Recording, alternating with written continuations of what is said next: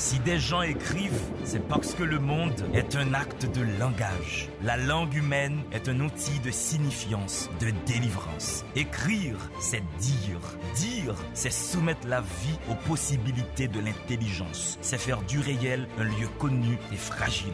La lecture est cette expérience qui nous permet de plier l'univers pour le mettre dans notre poche. Mesdames et messieurs, c'est à partir du mot qu'on fait de la réalité un fait d'esprit. C'est à partir du verbe que la vie devient une denrée émotionnelle. Sur ces entrefaites, la télévision Caraïbe a le plaisir de vous présenter Délivrez-vous, une émission du livre, une émission pour le livre, une émission par le livre. Allez, il y aura assez de bonheur pour tout le monde.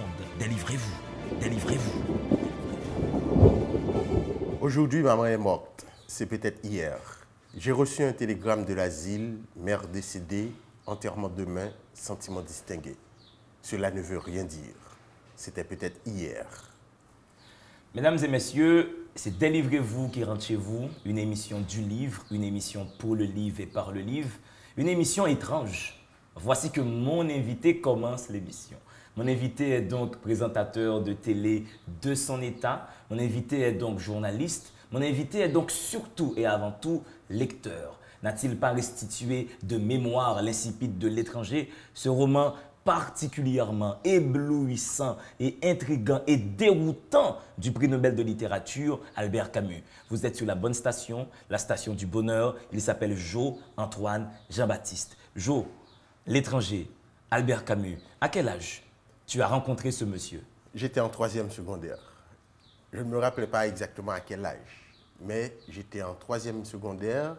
Et c'est là que j'ai fait la rencontre de l'étranger, de Albert Camus, bien sûr. C'était le premier texte de Albert Camus qui m'a permis d'entrer dans l'univers de Camus. C'était une lecture recommandée ou tu as choisi toi-même ce livre comme par hasard? Évidemment, et c'était une lecture recommandée. Et il y a notre ami commun, Rodrigue Joseph, et notre ami Claude Bernard Serrand, qui m'a suggéré de lire ce livre.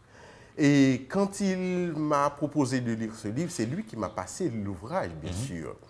Et puis j'ai commencé à lire, j'ai lu L'étranger, j'ai relu, je n'ai pas compris. Parce que, sincèrement, je ne pouvais pas découvrir le côté étrange et pourtant, du personnage. La langue a l'air facilement d'accès. Aujourd'hui, voilà. Maman est morte. Au fait, la déroute est déjà dans les dispositions linguistiques. Eh bien, c'est un livre dans lequel les phrases sont simples. On a l'impression que c'est un enfant qui dit bonjour. Un enfant qui essaie de demander à sa maman du lait. Sujet, verbe, complément, point. Ouais. Eh bien, c'est ce qui m'a impressionné dans le livre. Camus a produit ce texte avec une certaine légèreté. Mais avec le temps, j'ai fini par me rendre compte que cette légèreté qu'utilisait Camus pour dire l'absurdité du monde n'était pas vraiment une légèreté. Donc, au fait, c'était quelqu'un qui a eu plutôt des kilomètres d'expérience d'écriture, permet que je le dise ainsi.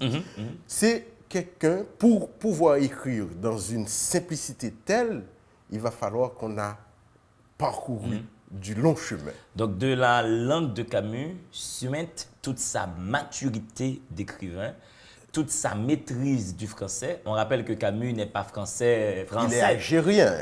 Il est algérien et puis on l'a rapatrié en France, bien sûr. Oui, parce que là, dans l'imaginaire, Albert Camus passe pour un écrivain, mais vraiment en franco-français. Oui, bien sûr. Mais ce Camus-là, que j'ai lu presque l'intégralité de ses œuvres, puisque quand j'ai été à l'École normale supérieure, on avait organisé une activité en 2004 et de concert avec plusieurs étudiants des autres départements.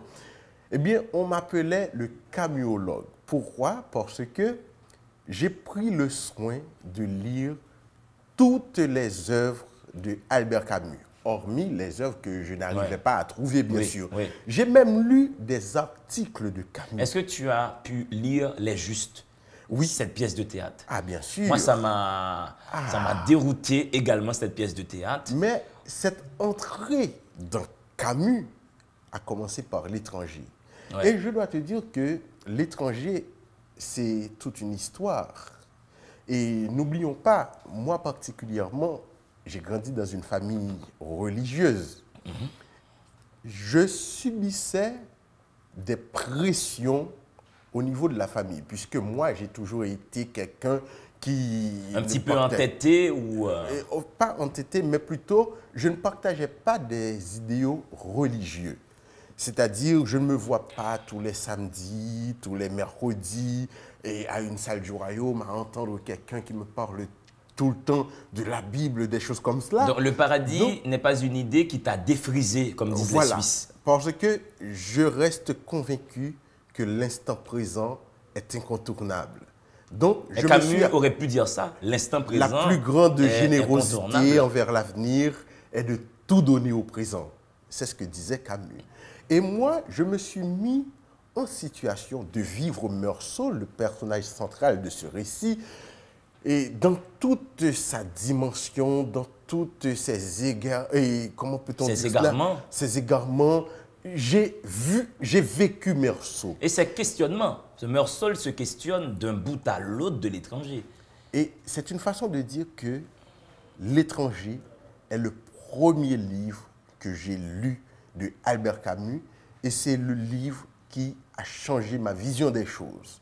Vision des choses que j'allais, quelques temps plus tard, soit en 2010, confirmer. Quand Albert Camus parlait comment peut-on dire cela, de la théorie de l'absurde, j'ai compris l'absurdité de ce monde à partir du 12 janvier. 12 janvier 2010, qui est une date mémorable que les Haïtiens ne Oui, c'est une date qui va rester gravée dans notre mémoire collective. Eh bien, c'est là que j'ai goûté à l'absurdité de ce monde. Autrement dit, à la bêtise humaine. Mais pour y arriver... Mais quand tu dis absurdité de ce monde, dans le sens où les repères que nous avions en Haïti, le seul repère sûr, donc la Terre, était instable, absurdité dans le sens de l'organisation de l'aide étrangère. Permets que je te dise, nous sommes stupides. En tant qu'être humain, en tant qu'être vivant, nous vivons une stupidité déroutante, une stupidité qui nous porte à poser des actions que même la logique ne pourra pas cerner. Donc c'est ça le problème des choses. C'est ça qui nous met en situation à voir la vie autrement. Et c'est cette dimension que j'ai acquis avec la lecture de l'étranger qui, en fait, il faut que je te le dise aussi, je n'ai pas seulement lu l'étranger. Il y a un texte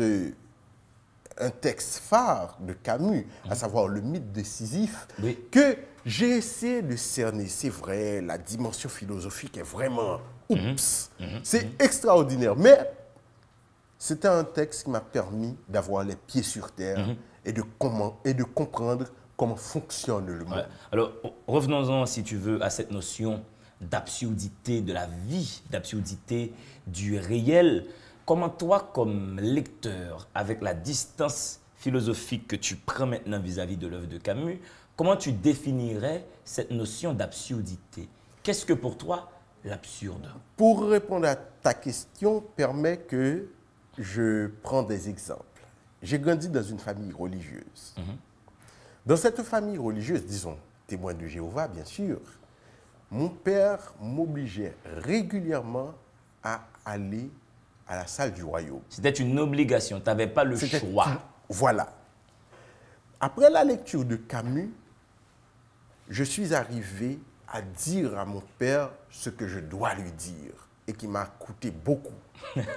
Une fois, et après avoir passé une soirée à une nuit et à une soirée culturelle, permet que je le dise ainsi, le lendemain, dimanche matin, mon père ne va pas travailler le dimanche, je ne peux pas rentrer à la maison, sous peine d'être fouetté.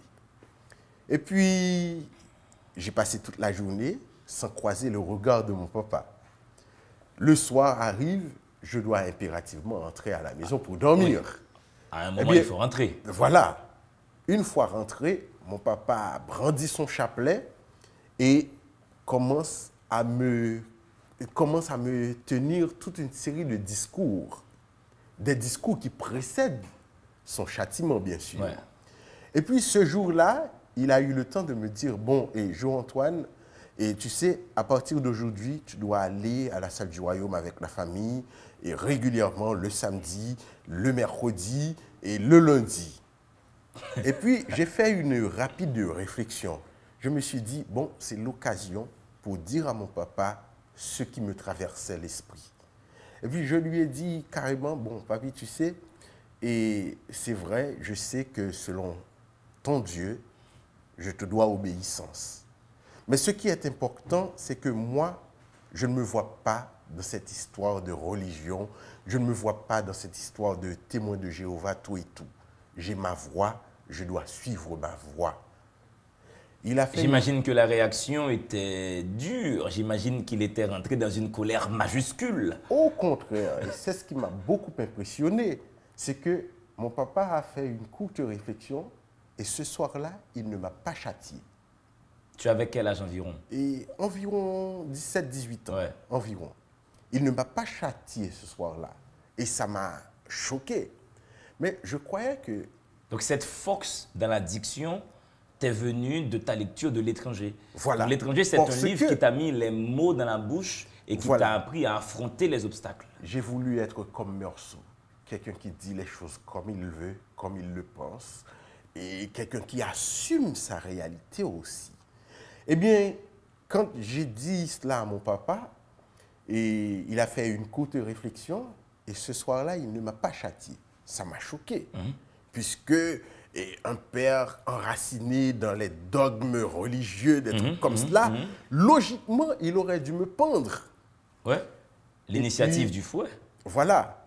Et puis, rapidement, j'ai vite compris que c'était une autre stratégie. Et c'est à ce moment-là que mon papa me punissait autrement. Plus d'argent pour aller à l'école, plus d'argent pour acheter les livres et plus d'argent pour faire quoi que ce soit. Ça, c'est quand même la grande punition. Si tu n'as pas accès à l'argent, tu n'as pas accès à la vie. Eh bien, cela m'a facilité quelque chose. Puisque mon papa me donnait plus d'argent, je devais m'en procurer. De ce fait, j'ai appris à travailler. Voilà, j'ai appris à travailler depuis que je fais la seconde. Et c'est à cette même période que Claude Bernard Serrand, notre ami Vitamine bien sûr, et avait un magazine dénommé Classe culturelle. Eh bien, je prenais l'habitude de remplacer, et au fait, d'enlever de mon sac d'école tous les livres pour les remplacer par des magazines que je vendais à des camarades d'école à l'Institut Orphée-Noire où j'ai fait mes études secondaires. Donc, voici comment la lecture d'un seul livre a bouleversé quelque peu toute ta vie. C'est donc là une vraie raison pour que les téléspectateurs et téléspectatrices puissent aller se plonger dans l'univers de Meursault, de L'Étranger. Mais Meursault, et au fait, L'Étranger, ce n'est pas un livre qui livre ses secrets au hasard d'une lecture.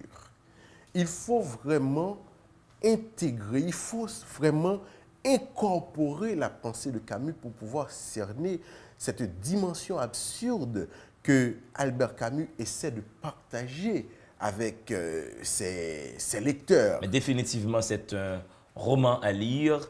J'ai reçu beaucoup d'invités qui l'ont recommandé. C'est un roman qui nous met face à notre propre déconvenue devant l'ordre du monde, l'ordre établi des choses.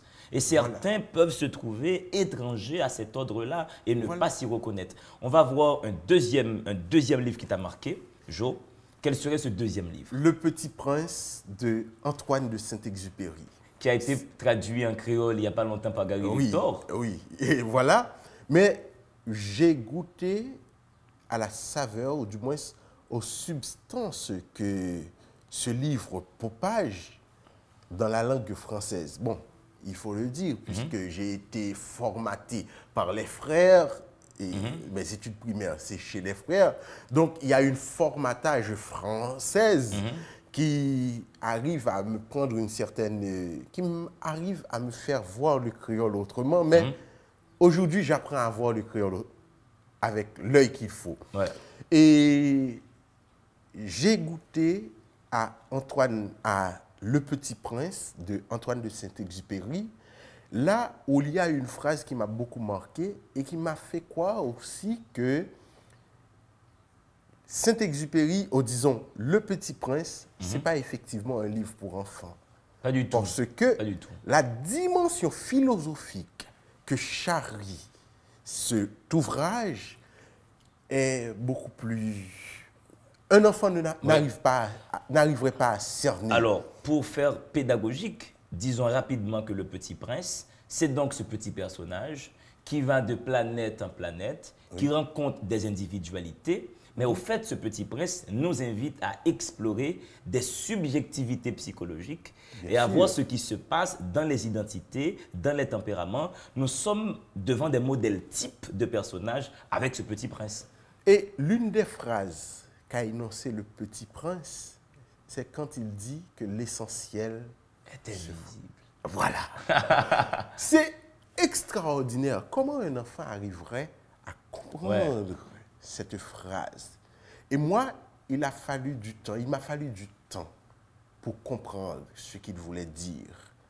Les expériences que j'ai connues, les exploits que j'ai faits au cours de mes expériences journalistiques, et tout m'ont permis de cerner la vraie valeur de cette phrase. Et crois-moi, D'Angelo, j'ai trouvé. Il y a du bonheur. Saint-Exupéry, on parlait de la langue chez Camus, c'est aussi une langue qui danse, une langue somptueuse. C'est la même simplicité. Oui. Et j'ai l'impression que les grands écrivains, ou du moins les écrivains qui font tache d'huile sur la mémoire, sont des écrivains qui écrivent avec cette même légèreté, en fait, cette même facilité. Mais c'est un conseil aux jeunes qui souhaitent se lancer dans l'écriture. Bien sûr. L'écriture qui fonctionne n'est pas forcément une langue alambiquée. L'écriture à la manière de Sartre, bien sûr, une écriture très complexe, où il y a plusieurs phrases, plusieurs propositions, tout et tout. Non, c'est une écriture qui parle, sans avoir à faire des gymnastiques intellectuelles. Et en même temps, on n'est pas dans du bavardage, en même temps, on n'est pas dans du trac, on n'est pas dans du non-littéraire. Bien sûr. C'est de la simplicité lourde. Eh bien, voilà ce qui arrive.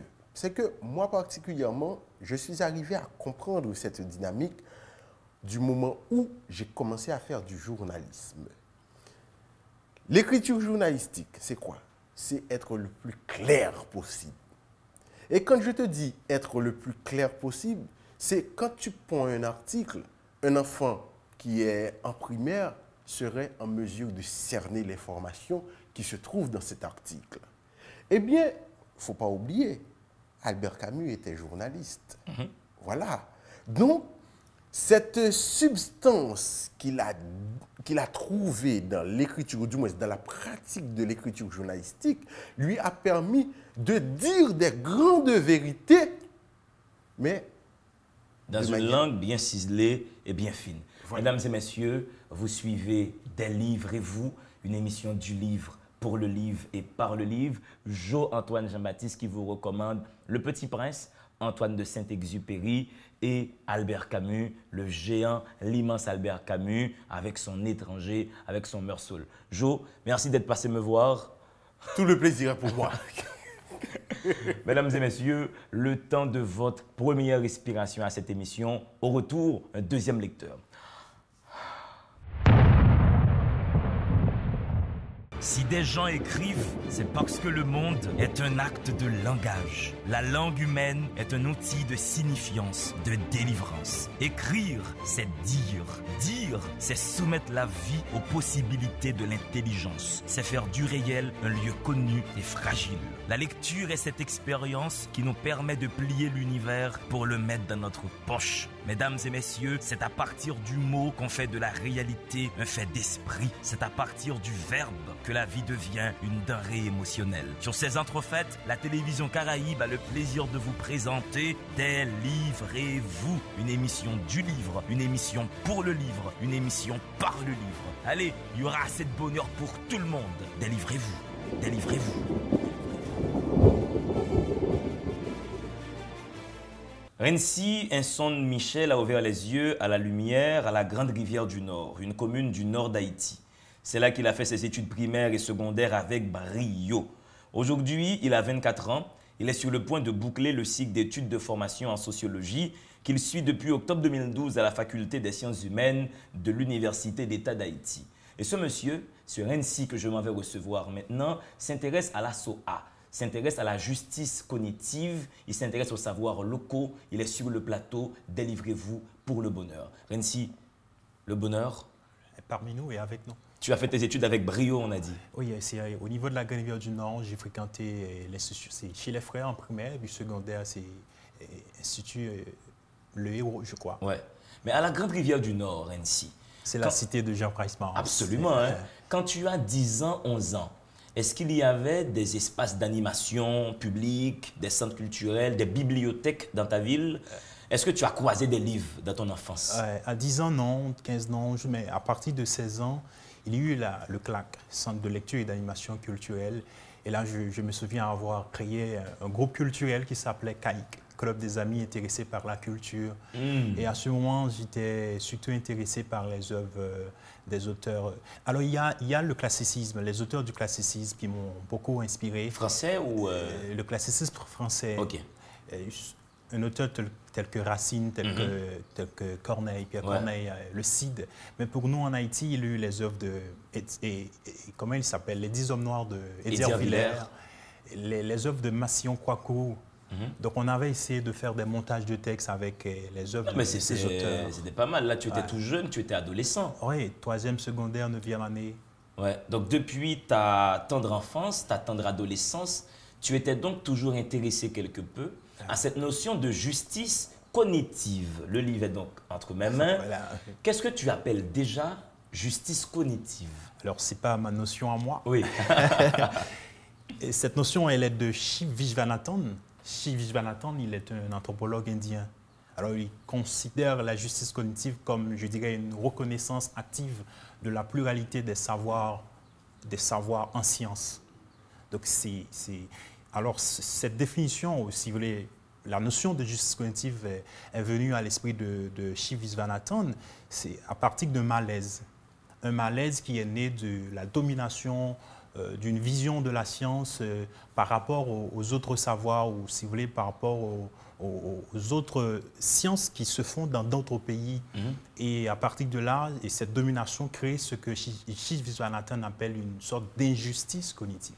Alors, quand il y a injustice cognitive, c'est quand les citoyens n'ont pas accès au même degré à la culture, au savoir. Voilà, c'est un rapport d'inégalité devant l'accès au savoir, un rapport d'inégalité devant l'accès aux connaissances, à l'éducation, aux publications scientifiques. Donc la justice cognitive, c'est tout un dialogue égalitaire entre les savoirs, entre les universités, entre les chercheurs. Voilà. Alors, on va tenter de trivialiser la chose pour que les téléspectateurs puissent la saisir. En Haïti, il y a plusieurs écoles. Les écoles sont à plusieurs vitesses. Les universités sont à plusieurs vitesses. Et dans notre livre, nous avons dénombré 9 injustices cognitives que nous avons constatées. Ce qui fait qu'en Haïti, cette notion est très active, justement, cette notion d'injustice cognitive. Justement, par exemple, si on prend le cas de ce qu'on appelle la pédagogie de l'humiliation. J'ai entendu, par exemple, un professeur qui a traité un élève de crabe. Crabe, c'est-à-dire son exode. Crabe, c'est horrible. C'est horrible. Donc, nous appelons ça de la pédagogie de l'humiliation. Ouais. Parce que là, au fait, ces notions-là, ces insultes dans des espaces de savoir vont peut-être surdéterminer dans le mauvais sens le rapport au savoir que cet enfant aura à développer. Bien sûr. Et dans le cadre de notre livre, parce qu'il faut dire que ce livre, c'est le fruit de 2 colloques. Oui. Donne-nous le contexte de parution de ce livre. Voilà. C'est un livre... c'est le fruit d'abord de la SOA. SOA, c'est Sciences ouvertes en Haïti, en Afrique francophone. Voilà. Et comme sigle, c'est SOHA. Allez, voilà. Donc, le projet SOA, c'est un projet de recherche-action qui, je dirais, visait à agir sur, je dis visait parce que le projet est censé finir, qui visait à agir sur un ensemble de difficultés que confrontent particulièrement les chercheurs des Suds, notamment un pays tel que Haïti, quand il s'agit de déployer le plein potentiel de leur talent de chercheurs, de leurs talents intellectuels, pour les mettre au profit, si vous voulez, au service du développement local durable. Et nous interprétons, encore une fois, cet ensemble de difficultés dans le cadre de ce livre comme des injustices cognitives. Et nous avons dénombré 9 injustices cognitives. Oui, est-ce que tu peux mobiliser quelques-unes de ces injustices cognitives auxquelles nous faisons face, par exemple, en Haïti? Je parlais tantôt de la pédagogie de l'humiliation, mais il y a une autre injustice cognitive qui est beaucoup plus frappante. C'est les infrastructures. C'est les infrastructures qui sont censées inexistantes en Haïti. Les infrastructures pour réaliser Si nous prenons le recherches. cas, mon cher, de la faculté des sciences humaines, du point de vue infrastructurel, Ça c'est n'existe tout, pas. c'est tout sauf une faculté. On dirait même l'université d'État d'Haïti en général. Et c'est le même cas pour l'école normale. Yeah. J'aimerais reprendre Doristal qui aimait dire l'école normale n'est ni normale ni supérieure. Donc ça, c'est une deuxième injustice cognitive. C'est la précarité des infrastructures académiques. Justement. Et ça nous empêche de profiter de ce que nous appelons, de ce qui est en train de faire aujourd'hui, cette révolution numérique. Deuxième injustice cognitive, c'est ce que nous appelons la faible littératie numérique. La littératie numérique, pour nous, c'est la littératie numérique, cela désigne la capacité de faire un usage optimal du web, du numérique, de l'ordinateur, etc. Donc ici, et là, nous ça c'est constatons... énorme en Haïti comme fossé, où dans certaines villes, les gens n'ont pas du tout accès à Internet. Du tout pas. Du tout pas. Donc ça, c'est une troisième injustice cognitive. Nous l'appelons une faible littératie numérique. Faible littératie numérique. Justement. Ou certaines fois, au sein de quelques villes en Haïti où les gens ont accès au numérique, ils ne savent pas forcément comment l'utiliser optimalement. Comment faire un usage rationnel, intelligent du numérique. Ouais. Beaucoup ne savent pas que sur Google, il est possible de télécharger des livres. Moi, j'ai tellement lu de livres gratuitement sur Internet. L'essence du christianisme, par exemple, de Feuerbach. Il y a plein de logiciels collaboratifs, plein de logiciels libres qui peuvent permettre aux écrivains, je ne sais pas, aux chercheurs, de connaître ce que j'appelle une certaine productivité intellectuelle. Par exemple, Google Forms, Google Docs, Zotero, par exemple. Il y a beaucoup d'autres. Il y a, comme tu disais tantôt, des moteurs de recherche. Il y a des archives ouvertes telles que les classiques des sciences sociales, Google Scholar. Ils sont nombreux, mais en raison de cette faible littératie numérique, ils ne sont pas en mesure d'en profiter pleinement. Voilà, donc là, tu es en train de dire que nous avons beaucoup d'analphabètes en Haïti. Carrément. Et il y a une notion que j'aime beaucoup, c'est la notion d'étudiant 2.0. Ouais, mais ça, on n'a pas du tout ici. On n'a pas du tout ça. Et je crois qu'il y a nécessité qu'on... Parce qu'il y a une phrase de Guy Rocher que j'aime beaucoup. Guy Rocher qui nous disait qu'une université qui reste myope devant les brassages qui s'opèrent devant elle se trouve dans une tour d'ivoire qui risque de s'écrouler sous ses pieds. Aujourd'hui, nous sommes à l'ère du numérique. Et je crois que l'université en Haïti se doit de construire ses universitaires, ses étudiants à l'aune du numérique, s'il vous plaît. Mais on sent que dans tous les débats sur la réforme de l'université, je mets ça entre guillemets, ça se passe à côté. À aucun moment dans le film, je n'ai entendu cette notion d'installation des technologies numériques. Voilà. Et de plus en plus, on parle aujourd'hui de sciences 2.0. Il y a les sciences qui se transforment en régime numérique. Ouais. Le temps du papier, c'est révolu. Mais nous sommes totalement à côté de la plaque. Vas-y, il y a par exemple, je te laisse continuer. Par exemple, en Haïti, il n'y a pas ce qu'on appelle des dépôts institutionnels. Des dépôts institutionnels où les chercheurs, après avoir réalisé leurs travaux, peuvent les déposer. Donc ça permettra qu'on ait une certaine visibilité, notamment dans le monde de la francophonie. Vous voyez? Et c'est pourquoi moi je m'engage avec les classiques des sciences sociales à faire cette diffusion massive du patrimoine intellectuel d'Haïti. Afin qu'il y ait plus de justice cognitive. Afin qu'il y ait plus de visibilité. Oui. Quelle quatrième injustice cognitive? On a dit la quatrième déjà, cinquième je pense. On ne sait pas, on va mélanger nos personnes sur les chiffres. Mais au moins, après la notion touchant au numérique, quelle autre injustice vous avez pu dénombrer? Il y a les savoirs locaux qui sont censés exclus. Les savoirs locaux, ils sont exclus. Ils sont les savoirs traditionnels. Et là, nous avons utilisé une notion assez forte, ce qu'on appelle le négationnisme positiviste.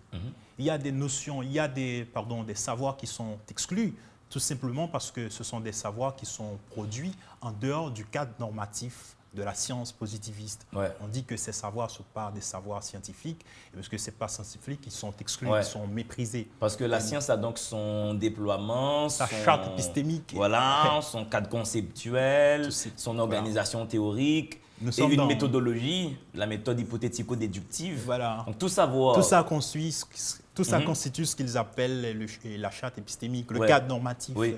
Et nous autres, nous sommes dans la vision de la science ouverte.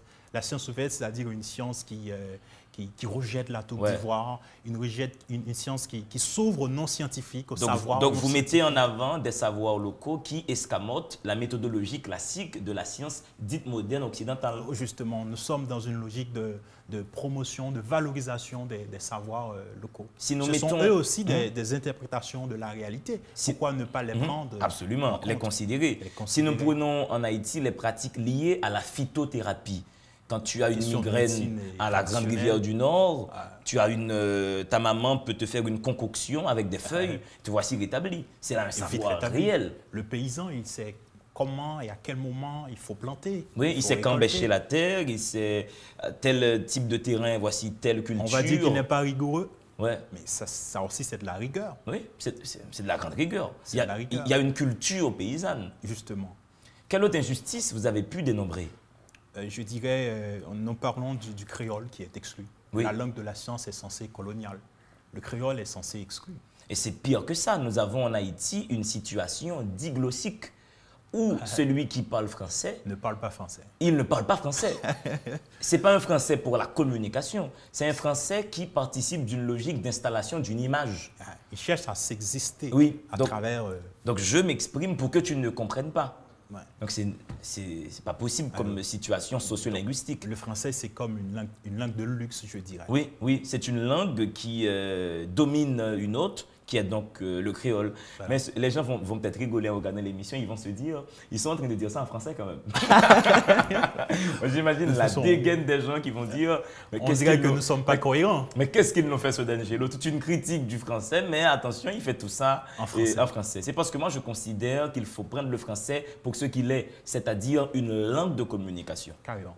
Et non l'associer au savoir directement. Pour se distancier par rapport à l'autre.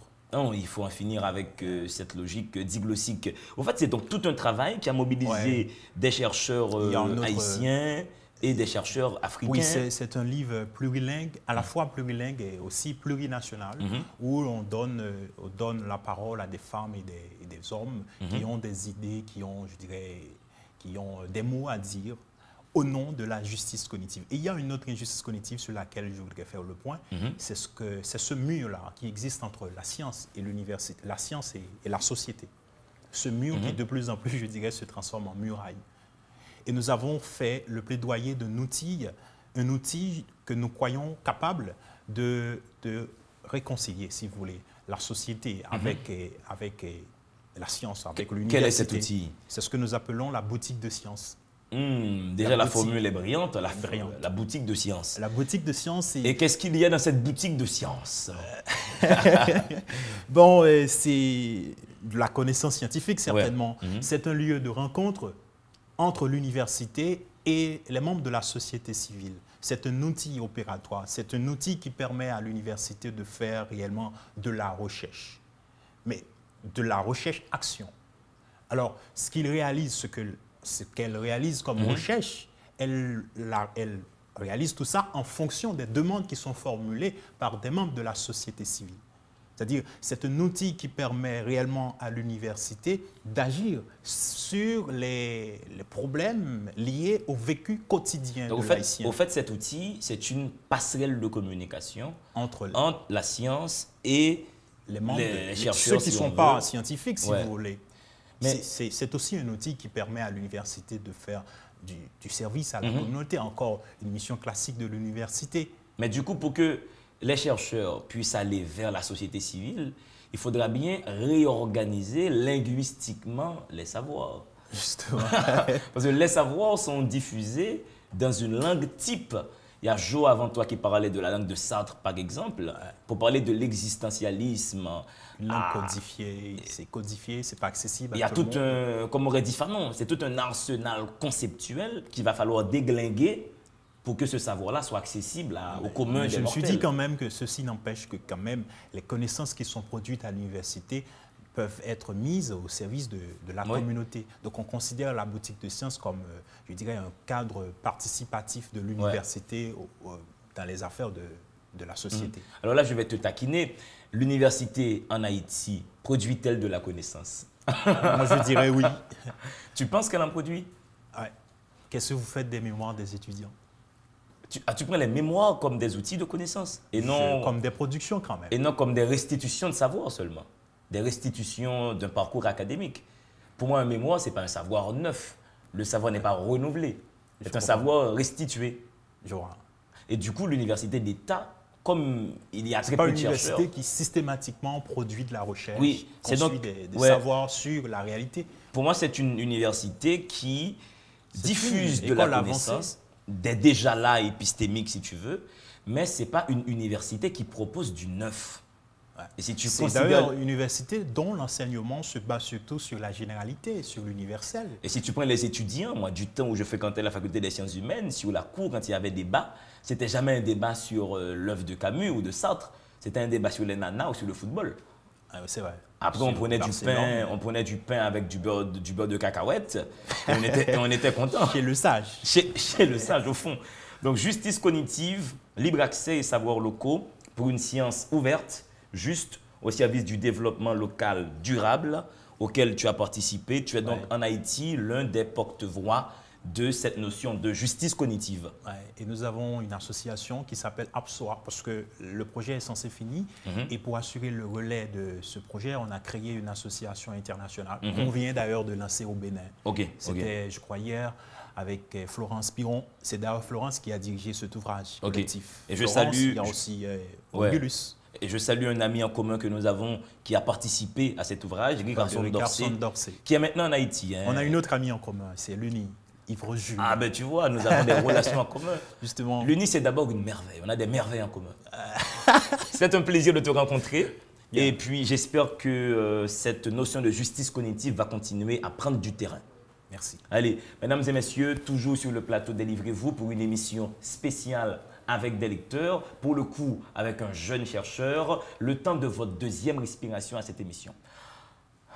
Si des gens écrivent, c'est parce que le monde est un acte de langage. La langue humaine est un outil de signifiance, de délivrance. Écrire, c'est dire. Dire, c'est soumettre la vie aux possibilités de l'intelligence. C'est faire du réel un lieu connu et fragile. La lecture est cette expérience qui nous permet de plier l'univers pour le mettre dans notre poche. Mesdames et messieurs, c'est à partir du mot qu'on fait de la réalité un fait d'esprit. C'est à partir du verbe que la vie devient une denrée émotionnelle. Sur ces entrefaites, la télévision Caraïbe a le plaisir de vous présenter Délivrez-vous, une émission du livre, une émission pour le livre, une émission par le livre. Allez, il y aura assez de bonheur pour tout le monde. Délivrez-vous, délivrez-vous. Mon nègre, soupira-t-elle. Elle ferma les yeux et il la renversa. Elle était tendue sur la terre et la rumeur profonde de l'eau charriait en elle une voix qui était le tumulte de son sang. Elle ne se défendit pas. Sa main si lourde lui arrachait une douceur intolérable. Je vais mourir. Son corps nu brûlait. Il desserra ses genoux et elle s'ouvrit à lui. Il entra en elle, une présence déchirante, et elle eut un gémissement blessé. « Non, ne me laisse pas ou je meurs !» Son corps allait à la rencontre du sien dans une vague fiévreuse. Une angoisse indicible naissait en elle, un délice terrible qui prenait le mouvement de sa chair. Une lamentation haletante monta à sa bouche et elle se sentit fondre dans la délivrance de ce long sanglot qui la laissa anéantie dans l'étreinte de l'homme. Mesdames et messieurs, Jacques Oumain, gouverneur de la Rosée, scène d'amour mémorable dans ce roman. Pour en parler, Dioro, Asmadio Dioro, le bonheur. À quel âge tu as rencontré gouverneur de la Rosée? Bon, au fait, je dois vous dire sincèrement que... On va faire dans le tutoiement. Ok. Et je dois te le dire sincèrement que j'ai fait contact avec la lecture en classe de seconde. Donc, j'ai rencontré ce livre. Tu avais genre 16 ans, 17. Voilà. Oui, 16, 17 ans. Donc, j'ai rencontré ce livre surtout à l'Université d'État d'Haïti. Okay? Où tu as eu à l'étudier, j'imagine, en cours. Voilà. Est-ce que cette scène d'amour, par exemple, t'avait marqué? Parce que mon copain Stéphane est resté dessus pendant des années. Est-ce que la description t'a quelque peu ému? Ou, comme lecteur, ce n'est pas le passage qui t'a le plus marqué? En fait, je dois te dire que ce passage m'avait marqué parce qu'il s'agit d'une scène d'amour entre Manuel et Anaïs. Donc, Manuel qui revenait de Cuba. Ok. Donc, en revenant de Cuba, donc, il a essayé de voir dans quelle mesure il peut quand même apporter de l'eau dans sa communauté. Donc, peut-être que Anaïs, en tant que femme et courageuse, avait en quelque sorte l'idée d'épouser et Manuel. Donc, ce qui avait fait. Et bon, déjà, et comme... Ça t'a un petit peu marqué. Voilà. Mais pour te taquiner, c'est vraiment, ça m'est venu là comme ça sur le vif. Est-ce que tu ne penses pas qu'Anaïs serait une femme intéressée par les hommes de pouvoir? Peut-être, parce que... Ce Manuel, c'est quand même pas n'importe qui. Hein. Il débarque, il vient de loin, il est à l'étranger, il est bien portant, il va trouver l'eau. Est-ce que Anaïs n'est pas une femme séduite par les hommes qui ont du pouvoir? Bien sûr, parce que déjà, Manuel, dans la communauté, fait figure d'une personnalité connue, ok, et très populaire. Oui. Ok, donc, il fait figure du Christ haïtien. Tu en rajoutes. Hein? Voilà. Non seulement il a du pouvoir, mais il est célèbre. Manuel. Oui, il est célèbre. Voilà. Il est une vedette dans la communauté. Dans la communauté. Il a du bagou, il sait parler, il s'exprime très bien. Donc, du coup, Anaïs, est-ce une femme intéressée? Oui, Anaïs est une femme intéressée déjà et malgré les difficultés qui existaient entre la famille d'Anaïs et la famille de Manuel. Donc, c'est ça qui va en quelque sorte entraîner la mort de Manuel. Donc, sous quand même les actions, à l'aide des actions posées surtout par Févilien. Oui. Okay? Févilien qui lui-même était jaloux de Manuel. Le fait que le père de Manuel ou la famille de Manuel a causé la mort à l'un de ses proches. Ouais. Okay? Donc, mais il faut dire que quand même, malgré tout cela, donc Anaïs a vu en Manuel quelqu'un qui est sérieux, ok? Quelqu'un qu'il doit en quelque sorte passer une partie de sa vie, ok? Donc quelqu'un qu'il décide de mener une vie à deux. Mais est-ce que tu ne voudrais pas, mais vraiment, c'est une émission très provocante pour le coup, sauver le soldat Févilien? Dans le sens où il est dans la communauté, il est éperdument amoureux d'Anaïs, il fait la cour à Anaïs avec ce qu'il a comme ressources. Voici que ce Manuel débarque de Cuba et trouve qu'il est le Don Quichotte, le Don Juan, et il est aimé tout de suite. Est-ce que la vengeance de Févilien n'est pas justifiable? Ok, donc je me rappelle d'une phrase, donc je l'ai rencontré, je l'ai entendu dans un film, je ne me rappelle pas le nom du film. Donc l'auteur et l'acteur a dit que quand quelqu'un qui...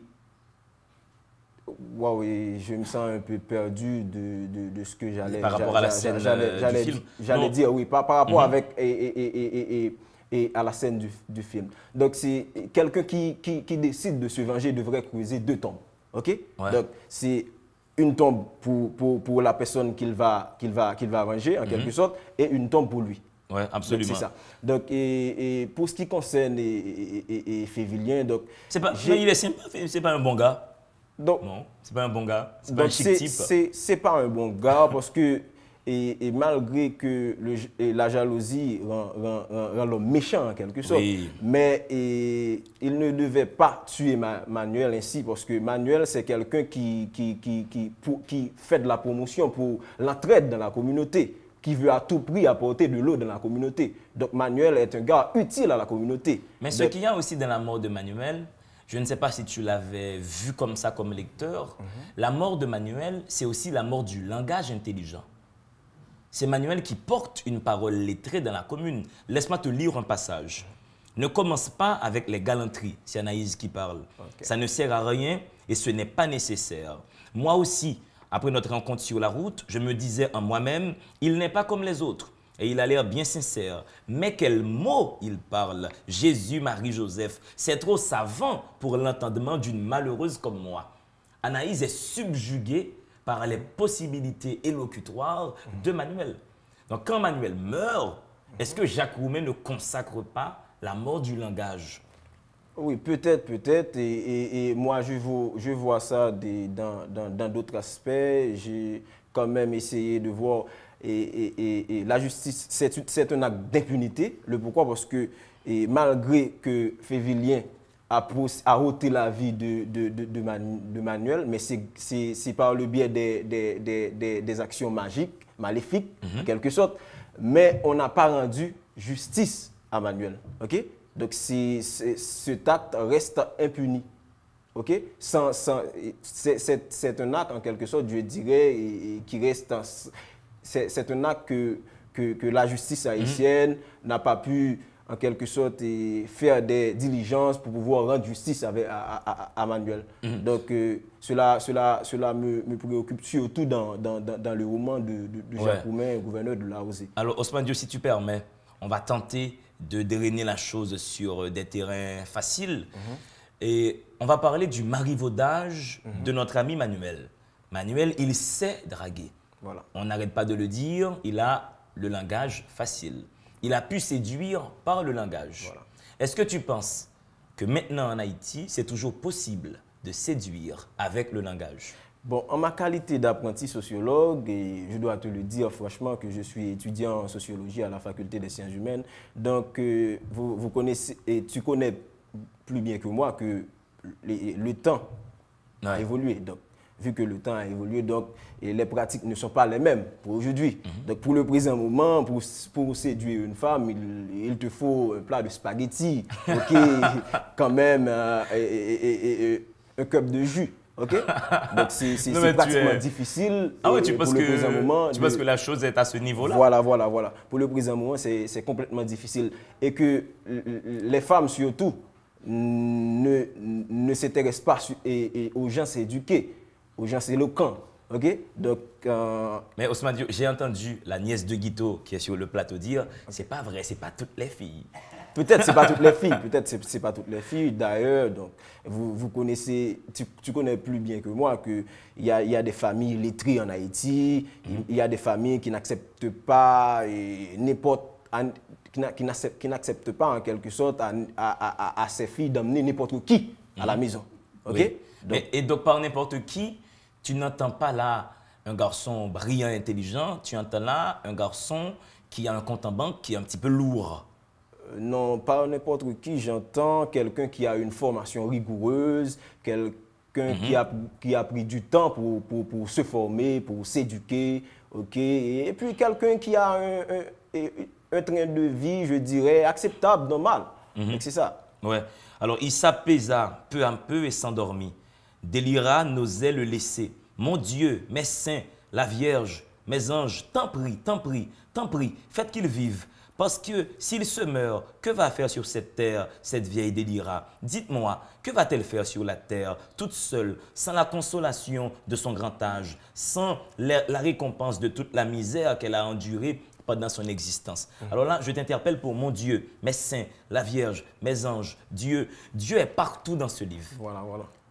Est-ce que Jacques Roumain veut nous dire que le paysan haïtien, sans être péjoratif, est dans une pathologie de Dieu, une maladie du Dieu? Bon, Dieu est partout. Ok. Je dois te dire sincèrement qu'à travers ce livre, Roumain voulait nous présenter Emmanuel comme étant le Christ haïtien. Donc c'est un sauveur. Donc, il vient de loin. Le Christ noir, donc il vient de loin. Se sacrifier pour nous. Voilà, il vient de Cuba. Ok? Donc il a accepté, et malgré toutes les difficultés, d'amener de l'eau dans sa communauté. Ok? Donc c'est le symbole du Christ haïtien. Il prêche l'entraide, il prêche l'amour. Ok? Ouais. Donc c'est ça. Il prêche l'entraide et la cohésion sociale, l'amour. Ok? Donc c'est pratiquement la figure du Christ haïtien. Donc c'est ce que veut faire passer Roumain dans ce texte titré Gouverneur de la Alors Rosée. là, au fait, il y a un personnage qui est intriguant et intéressant et profond. C'est le père de Manuel. Là, nous sommes au début de Gouverneur de la Rosée, un incipit que beaucoup connaissent de mémoire. Nous mourrons tous. Et elle plonge sa main dans la poussière. La vieille délira, délivrance dit, nous mourrons tous. Les bêtes, les plantes, les chrétiens vivants. Ô Jésus, Maria, la Sainte Vierge, et la poussière coule entre ses doigts. La même poussière que le vent rabat d'une haleine sèche sur le champ dévasté de petits milles, sur la haute barrière de cactus rongés de vert de gris, sur les arbres, ces baillarons de rouillés. Là où la chose est intéressante, c'est quand elle répète « nous mourrons tous » et elle appelle le bon Dieu.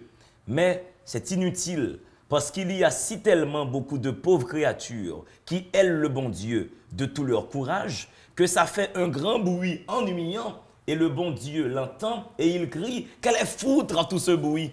C'est pas mal comme image. Il y a tellement de malheureux qui crient le bon Dieu. Bon Dieu dit « Mais qu'elle est foutre tout ce bruit !»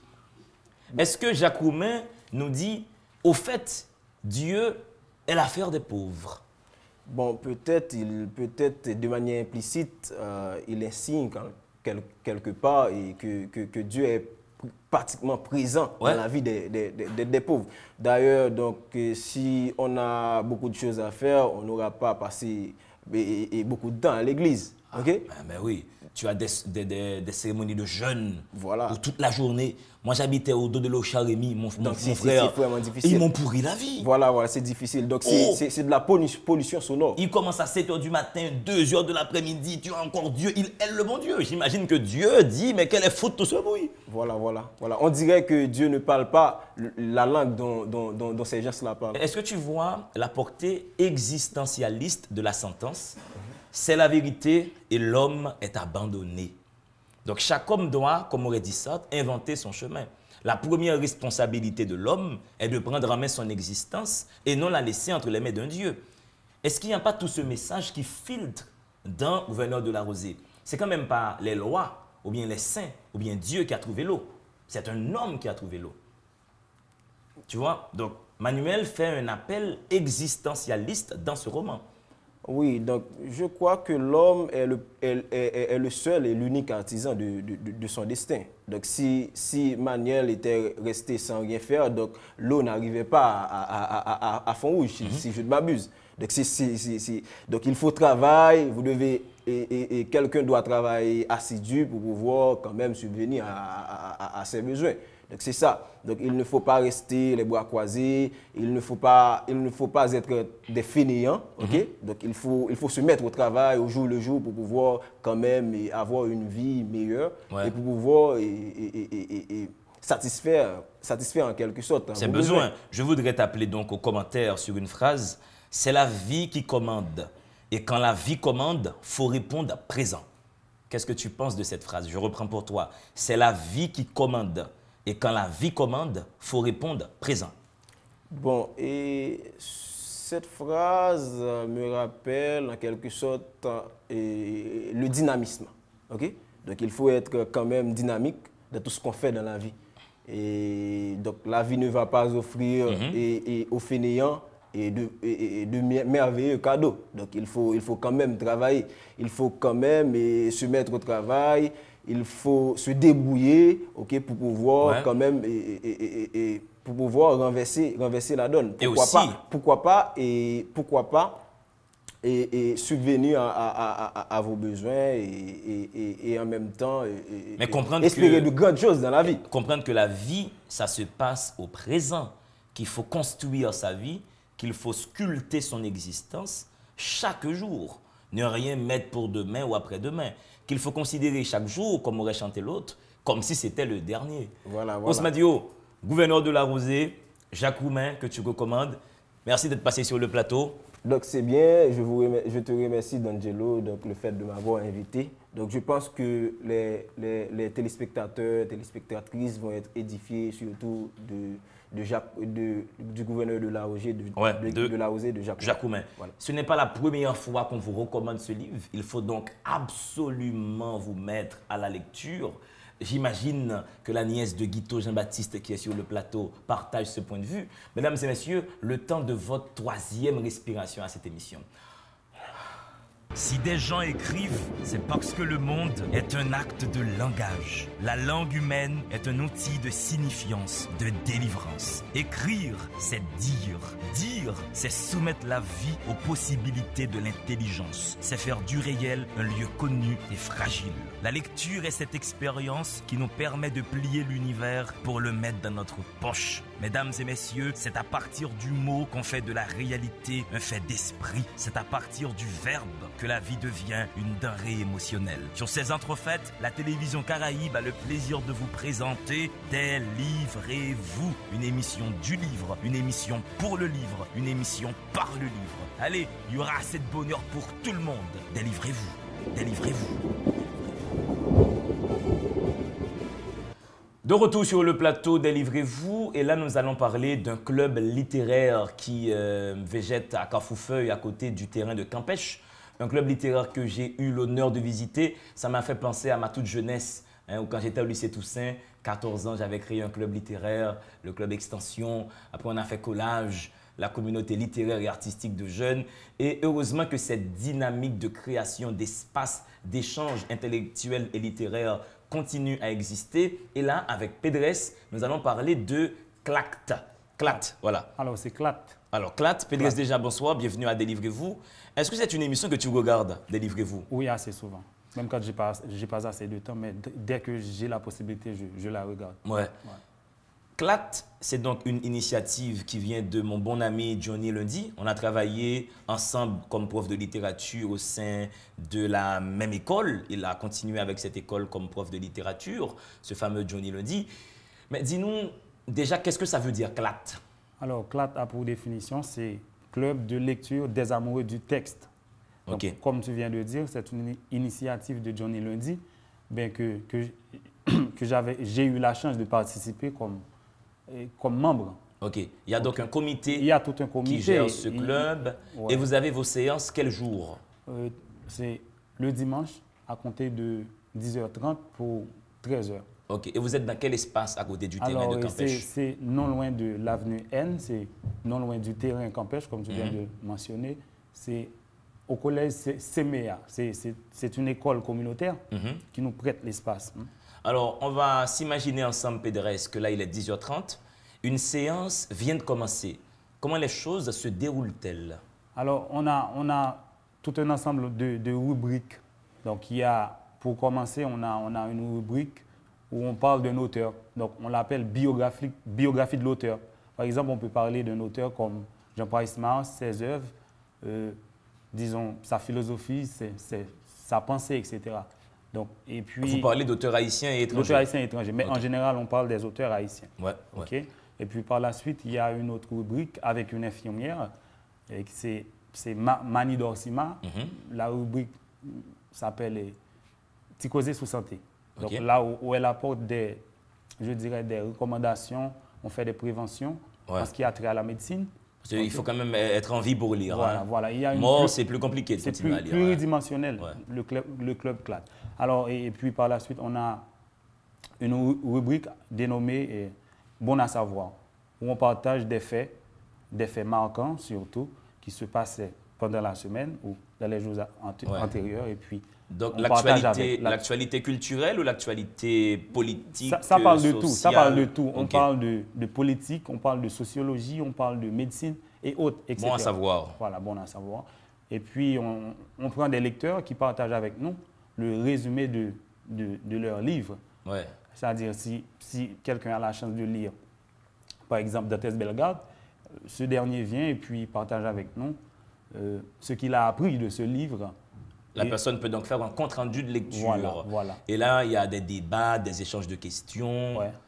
Vous êtes combien environ dans ce club? Alors, le comité se compose de 9 membres.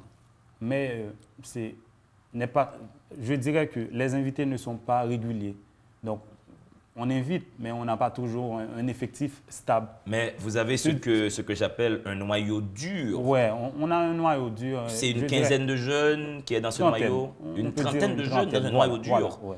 Vous êtes Une trentaine. environ 30 à vous réunir tous les dimanches, Tous les dimanches à parler pour de ne pas lecture. parler de Messi ou de Cristiano Ronaldo, De Bordeaux-Guette, de ces etc. 22 cabris qui courent derrière une balle comme un fou.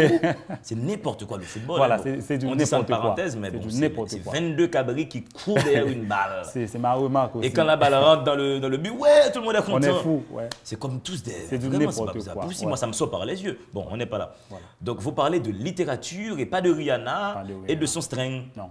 Et puis, on a mis sur pied cette initiative, c'est dans l'idée de sauvegarder le reste. C'est-à-dire, on réalise qu'il y a une sorte de débauche dans la société, surtout dans les quartiers populaires. Je ne pense pas, on n'a pas en tête que CLAD va éradiquer les dérives, mais Au on moins, a vous en tête, proposer de la on valeur. peut tout au moins réduire les Ouais. dérives. Voilà. Qu'il y ait beaucoup plus de jeunes Voilà. intéressés En à la partage, lecture, voilà, intéressés à l'écriture. À Et, l'écriture. n'importe qui peut accéder à ce N'importe club. qui. Et- Naomi Jean-Baptiste peut y accéder facilement. N'importe qui. Donc, vous n'êtes pas tenu de vous exprimer en français. Et Donc, dans quel espace vous êtes déjà? CEMEA, c'est non loin du terrain. C'est quoi CEMEA? CEMEA, c'est une école communautaire. Une école Donc, communautaire ouais, l'espace n'est pas nôtre. le qui nôtre. s'appelle CEMEA. CEMEA, voilà. Donc 10h30, 10h30 pour 13h. 13h. Voilà. Ça fait beaucoup d'heures d'échange. Beaucoup d'heures. Pédresse, j'espère que les jeunes qui suivent l'émission vont te suivre dans ce clat. On salue notre ami Johnny Lundi, qui donc est le maître d'œuvre de tout ça. Et tous les autres membres du club, Joslor, que j'aurais dû recevoir aujourd'hui. Joslor, mais il y a eu des problèmes d'organisation. Malaïcha, qui est une Lucas, membre il y a très Renan active. Lucas, Wilnes Puimo et puis Mani Dorsima. Ouais, C'est ça un fait ensemble beaucoup de de jeunes qui s'intéressent à la lecture. Moi, ça me fait beaucoup plaisir. Je vous ai visité une fois et je vais retourner un dimanche avec Guito, un passionné de la caméra, Ce un sera dieu avec de la plaisir. caméra, pour qu'on puisse faire une émission spéciale dessus. Pédresse, Ce sera avec plaisir. au bonheur. Merci d'être passé me D'accord. voir et vive Clat. Merci à toi aussi pour l'invitation. Ça a été un plaisir. Mesdames et messieurs, c'était donc une émission des plus chargées. J'ai fatigué mon équipe, j'ai fatigué mon réalisateur, j'ai fatigué mon monteur Jimmy qui est venu sur le plateau me dire attention, ça va où? Je remercie donc toute cette équipe technique qui me permet de vous proposer cette passion pour le livre. Émilie pour le maquillage, Guito, Emmanuel, Alphonse, Barreau et bien sûr notre fameux Jimmy Wilshoot qui fait le montage. Merci de continuer à nous suivre. Votre intelligence est un feu qu'il faut toujours charbonner. Dites de temps en temps, gardons bonheur. Dans le monde, il doit y avoir deux êtres, des livres et vous.